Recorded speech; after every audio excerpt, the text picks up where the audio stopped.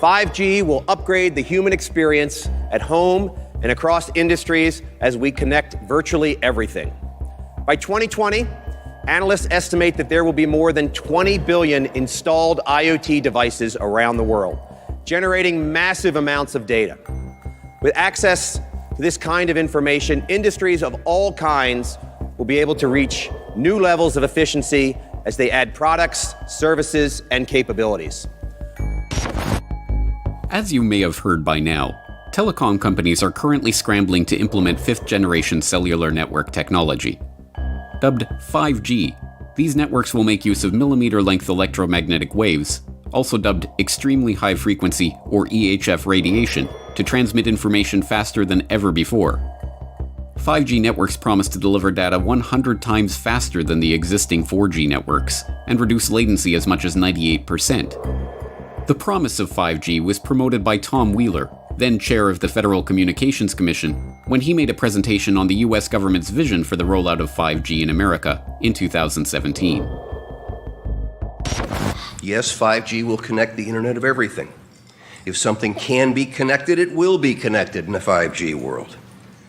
But with the predictions of hundreds of billions of microchips connected in products from pill bottles to plant waterers, you can be sure of only one thing.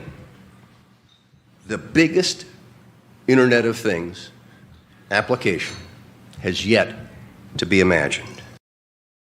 Here's the key. The interconnected world that we live in today is the result of decisions made a decade ago. The interconnected world of the future will be the result of decisions we must make today. And that is why 5G is a national priority. But after the initial surge of hype that surrounds any new technology, the dark reality of this new 5G-connected Internet of Things is starting to come to light. The most immediately apparent aspect of this dark reality is the danger to human health that the 5G network's ubiquitous and powerful transmitters present. As an increasing body of research shows, the harmful effects of electromagnetic radiation present in current mobile technologies will be amplified by orders of magnitude in the much more powerful and much denser, extremely high-frequency radiation network that 5G relies on. As retired US government career scientist Dr. Ronald M. Powell noted in his comment to the FCC on the proposed 5G rollout, this technology must be opposed because it would greatly extend FCC's current policy of the mandatory irradiation of the public without adequate prior study of the potential health impact and assurance of safety. It would irradiate everyone, including the most vulnerable to harm from radio frequency radiation: pregnant women, unborn children, young children, teenagers, men of reproductive age, the elderly, the disabled, and the chronically ill. But another, even more neglected aspect of the 5G dark reality is that in a world where all objects are wired and constantly communicating data to one another through a 5G network, an Internet of Things, in other words, privacy and security would be next to impossible. Even the mainstream is now admitting that the unprecedented amounts of data flowing through the 5G network, from appliance usage to personal communications to transaction information, is a treasure trove that, if it were to fall into the wrong hands, would be a formidable weapon. Huawei wants to become a major player in 5G outside of China, but it's facing pressure internationally because of cybersecurity concerns dogging the company. The US is urging its allies to block Huawei from 5G projects in their countries. Maron says China is using mobile technology as a tool for spying, and he's seen the evidence. They are actually using it for massive surveillance against their own population. We looked on the Huawei equipment to the level of every single chip there, and what we found is not very pleasant. This is not a commercial company stuff. This is a kind of nearly a military-grade stuff. We have China coming in with their 5G network. All of the things that it's like we're living in 1956, and they're not. And they don't care about rights. They don't care about people. The implication of these mainstream pundits' pontifications is that 5G only represents a threat in the hands of the Russians or the Chinese or other supposed enemies of America. But what about the companies that are manufacturing these products? Why are the big tech giants who have so signally abused the public's misplaced trust for decades now to be trusted with creating big databases of sensitive personal information on every imaginable aspect of our daily lives? And why is the government of the US and its allies around the globe, governments that have been caught time and again illegally spying on their own populations and violently suppressing dissent, suddenly to be trusted as stewards of such a system? The truth is that the development of 5G networks and the various networked products that they will give rise to in the global smart city infrastructure represents the greatest threat to freedom in the history of humanity. This is the 5G Dragnet. You're tuned into the Corbett Report. The vision of the future offered by the proponents of this next-generation cellular technology is one in which every object that you own will be a smart object, communicating data about you, your movements, and your activities in real time via the ultra-fast 5G network.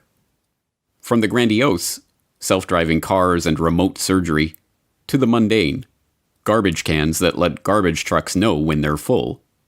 Everything around us will be constantly broadcasting information through the Internet of Things if the 5G boosters get their way.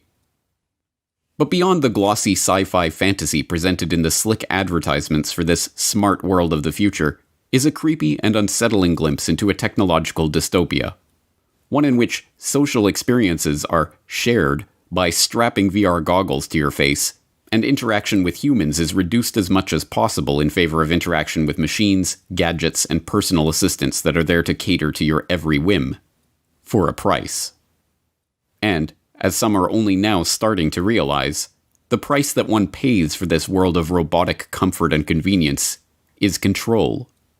Control over our data, control over our security, and control over our lives.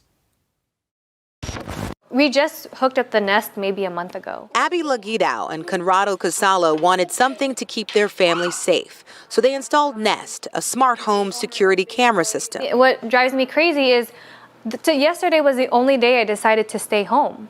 He's always here. They never said anything, ever. Yesterday, Abby was alone with her 2 kids when she started hearing voices coming from their Nest. Then they started cussing and saying, "Shut the F up, you N-word." At that point, Abby had figured out that someone had hacked into their security system. Shut the f*** up. She called her partner, Conrado. Somebody is in the Nest and is watching us and is talking to us right now. I think within 5 years, most people will have at least... That is something out of a horror movie right there. Man, right. Can you imagine it? Like we knew something was going to go on? That scared... That yeah. Scared the tar out of me. That was a real jump. And we're going to go ahead and unlock the door, her back door. Oh. I think that was your lock. That was our lock. Let's go look, come on. And that isn't any laughing matter. See, but that's the real fear, right? That... You know, the other stuff's kind of funny, whatever, but I mean, someone can unlock your house. Although, if someone really wants to get into your house, you can pick a lock. Yeah, but isn't that the modern day... There it goes again.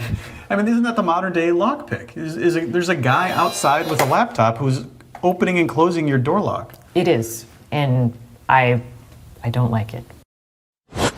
After their stunt on the highway, Chris and Charlie still wanted to show me a couple of other tricks. Below a certain speed, they can control the Jeep's steering as long as it's in reverse, pop its locks, mess with the speedometer, and, of course, disable the brakes. Okay, hold on tight. Hold on. Oh, he's not getting out of that. I don't think so. We're going to be doing some pushing. It isn't hard to see why these smart technologies, and the 5G network that enables them, are a security concern. And, in that context, it isn't hard to see why Chinese companies like Huawei and ZTE are now being targeted as potential national security threats and barred from developing 5G network infrastructure in country after country. After all, with access to that much data and information, let alone the ability to communicate with, hack into, or disable everything from our smart TV to our smart door locks to our smart car, a potential adversary with control of the 5G network would have nearly limitless power to surveil and control a target population. But given that these powers, the ability to access our most intimate data and to take control of our homes and personal appliances, are not bugs, but features of the 5G connected Internet of Things, the question is, why is there such a headlong rush to connect this network? Is demand for smart dishwashers and smart toothbrushes and smart baby monitors really so overwhelming that it requires us to put the security of our homes, our possessions, and our families at risk? What is really driving this frenzy for a world where every new object we buy presents another potential vulnerability, another device that can be hacked into to steal our information, to track our location, to record our conversations, and to disable our appliances?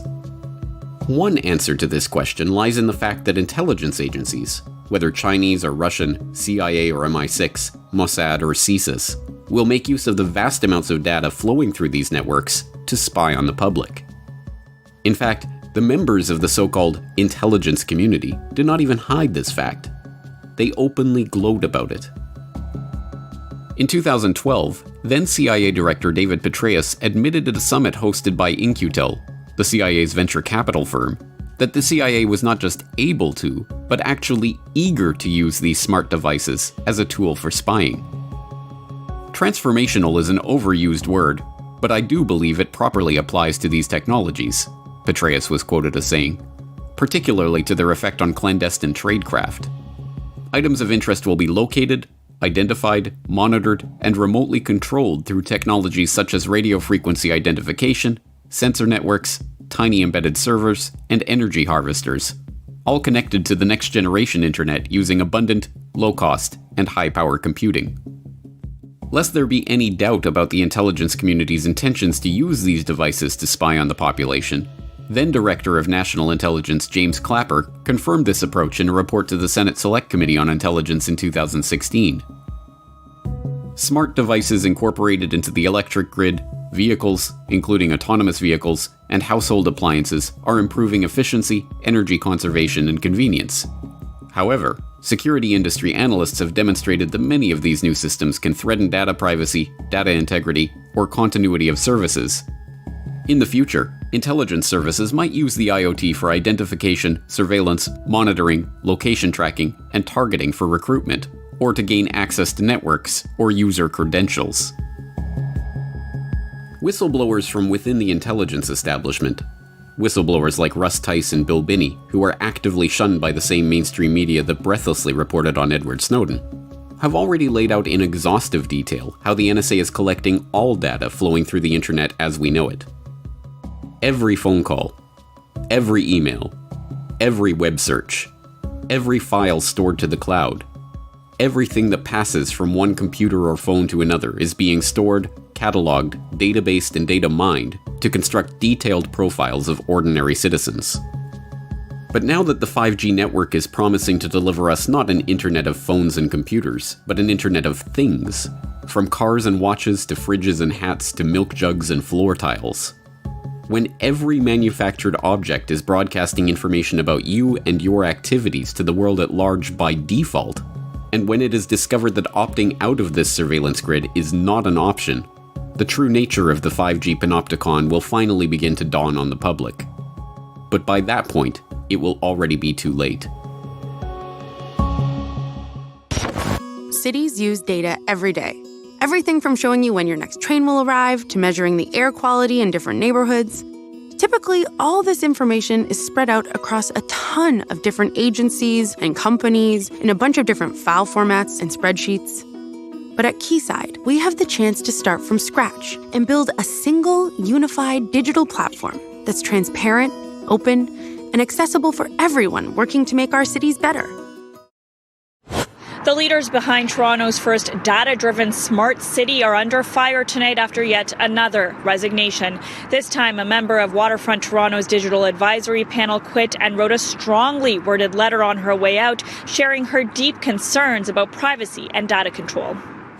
I want to get some feedback now from the former Information and Privacy Commissioner from the province of Ontario, who, when last you were here discussing this very topic, you were kind of bullish about it. And then I just couldn't happen but help notice that you've resigned from your involvement in all this. What happened? And I didn't do it lightly. I wanted to draw attention to the fact that we had to make sure that all the personal data that was being collected automatically by the sensors and other technologies were de-identified at source, anonymized at source. De-identified meaning? Meaning no personal identifiers. You wouldn't know it's Ann Kavukian walking or you or this is my car or anything. And the reason that was critical is unlike most uses of what I call operational data, where the individual, the data subject, can exercise some control over the use, the operation of that data. They can consent to it, they can revoke consent, they can choose not to consent. They have some sense of control.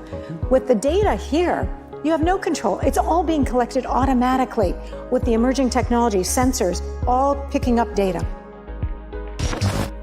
But it is not just the intelligence agencies or the big tech conglomerates who are set to profit from the creation of this newer, stickier World Wide Web. In fact, the 5G-enabled Internet of Things is a necessary part of the creation of the system of total control, physical, financial, and political, that the technocrats have been lusting over for a century now.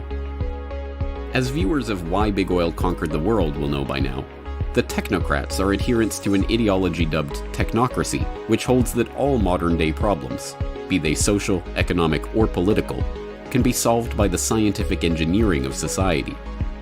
In the technocrats' vision, teams of engineers, scientists, economists, and other specialists, if given access to enough data about the world around them, could scientifically balance production and consumption such that inflation, recession, geopolitical conflict, and other sources of strife will be eliminated forever. As the co-founder of Technocracy Inc., M. King Hubbert laid out in the group's founding document, the Technocracy Study Course, the amount of data needed to bring this techno-utopian vision to reality is truly mind-boggling. In the Technocracy Study Course, Hubbert, like a good technocrat, laid out the exact conditions that would need to be met for this vision to come to pass. According to him, technocracy would require all energy usage and all consumer spending throughout the nation to be calculated and registered on a continuous and instantaneous basis, a 24/7 inventory of all production and consumption, a complete registry of all products available for sale, where they were produced, how much energy was expended in their production, and where and when they were sold, and finally, a specific registration of the consumption of each individual, plus a record and description of the individual.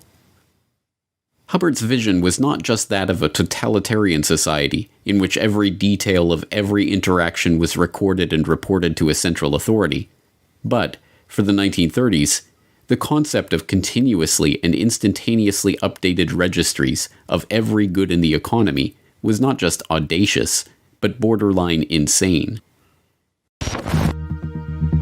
As unimaginable as a real-time database keeping track of every transaction and every manufactured product in the economy was in the 1930s, that is exactly the world we are looking at as smart meters collect information on smart appliances connected to other smart objects through the Internet of Things. And, crucially, the sheer amount of data being generated in this smart grid and the constant real-time communication required to keep the system functioning would be impossible without the 5G network. 5G is not just a neutral mobile network. It is the backbone for a system of total surveillance which has been written about and worked toward for the better part of a century. The world of the technocrats, the world of the smart grid, and the world of constant real-time surveillance of everything would not be possible without the 5G network that is being installed right now. And, as Josh Del Sol of the Take Back Your Power movement that is organizing resistance to smart meters, 5G networks, and other harmful technologies explains, the world of the technocrats is a world where privacy is a thing of the past. So with the smart meters, they'll be able to tell exactly what's going on in your home at down to the microsecond, based upon 24/7 communication with all of your appliances, which will also in the future, if this goes through fully and if there's not a public backlash, all of your appliances will need to have a wireless transmitter on them, and they'll need to be, certified under some smart, program. So this means that not only, just stepping aside from one moment to the health issue, this means that not only is your smart meter emitting on average of 13,000 microwave pulses per day, but every one of your appliances is going to be doing the same thing because it will be needed to be communicating with the smart meter itself.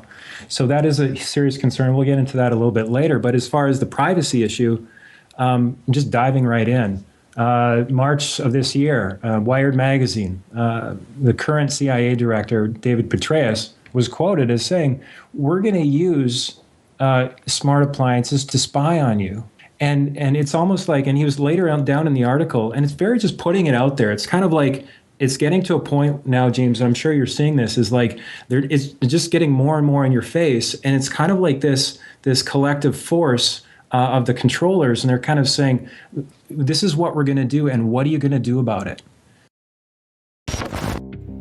It should be clear by this point that the vision of the technocrats is in fact a nightmare for free humanity.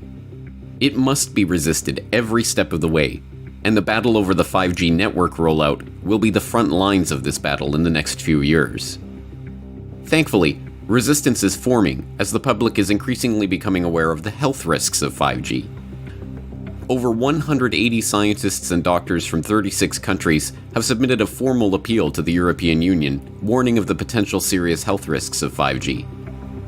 City officials in Portland, Oregon are suing the federal government to stop 5G transmitters from being installed on city property, with councilors considering asking the federal government to study the health impacts of 5G on humans and make that information publicly available. This past March, Florence City Council invoked the precautionary principle when passing a motion that halts permission for 5G installation until a proper demonstration of the technology's safety. The Russian Defense Ministry has refused to transfer frequencies for 5G operation, effectively delaying 5G rollout in the country for years. Plans to deploy a 5G network in Brussels were halted earlier this year because, according to Environment Minister Céline Frémont, the people of Brussels are not guinea pigs whose health I can sell at a profit. It is heartening to see that the health effects of the extremely high-frequency radiation emitted by 5G transmitters is finally starting to break through to the public consciousness. But if we concentrate solely on the health effects of 5G, we risk falling into a trap. If the only danger of 5G was the danger to our health, then, if the safety of the technology could be demonstrated to the public, or an equivalent less harmful technology could be deployed, then there would be no more reason to resist. To concentrate solely on the health effects of 5G is to miss the broader picture of total surveillance in the technocratic dystopia that this technology enables. In this picture, the 5G network is a platform for a system in which every action, every transaction, every interaction that we have in our daily life is monitored, databased, and analyzed in real time. The 5G dragnet is cinching like a noose around our necks. But will the public become informed of the dangers of this technology in time to stop the technocrats' vision from becoming our nightmare? Secure 5G networks will absolutely be a vital link to America's prosperity and national security in the 21st century. 5G will be as much as 100 times faster than the current 4G cellular networks. It will transform the way our citizens work, learn, communicate, and travel. It will make American farms more productive, American manufacturing more competitive, and American healthcare better and more accessible. Basically, it covers almost everything when you get right down to it. Pretty amazing. And just as 4G networks paved the way for smartphones and all of the exciting breakthroughs, they made possible so many things. This will be more secure and resilient. 5G networks will also create astonishing and really thrilling new opportunities for our people, opportunities that we've never even thought we had a possibility of looking at. We cannot allow any other country to outcompete the United States in this powerful industry of the future. We are leading by so much in so many different industries of that type, and we just can't let that happen. The race to 5G is a race America must win, and it's a race, frankly, that our great companies are now involved in. We've given them the incentive they need. It's a race that we will win.